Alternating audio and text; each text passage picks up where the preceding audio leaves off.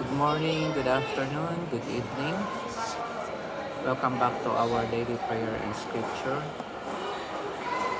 Today is June 15, Sunday, 2025.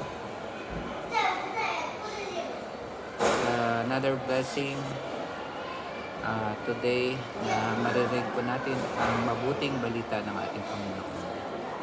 Ito po ay galing sa sulat ni San Juan, chapter 16, verse 12 up to 15. Marami pa akong sasabihin sa inyo, ngunit hindi pa ninyo kayang unawain ngayon. Pagdating ng Espiritu ng Katotohanan, tutulungan niya kayo upang maunawaan ninyo ang buong katotohanan.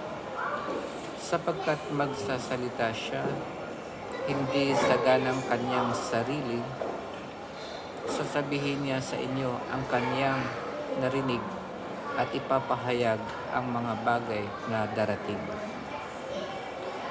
Pararangalan niya ako sapagkat sa akin magmumula ang ipapahayag niya sa inyo. Ang lahat ng sa Ama ay akin. Kaya ko sinabing sa akin magmumula ang ipapahayag niya sa inyo. Ang mabuting balita ng ating Panginoon. Pinupuri ka namin, Panginoong Jesucristo. God bless po and have a blessed Sunday, everyone. Bye.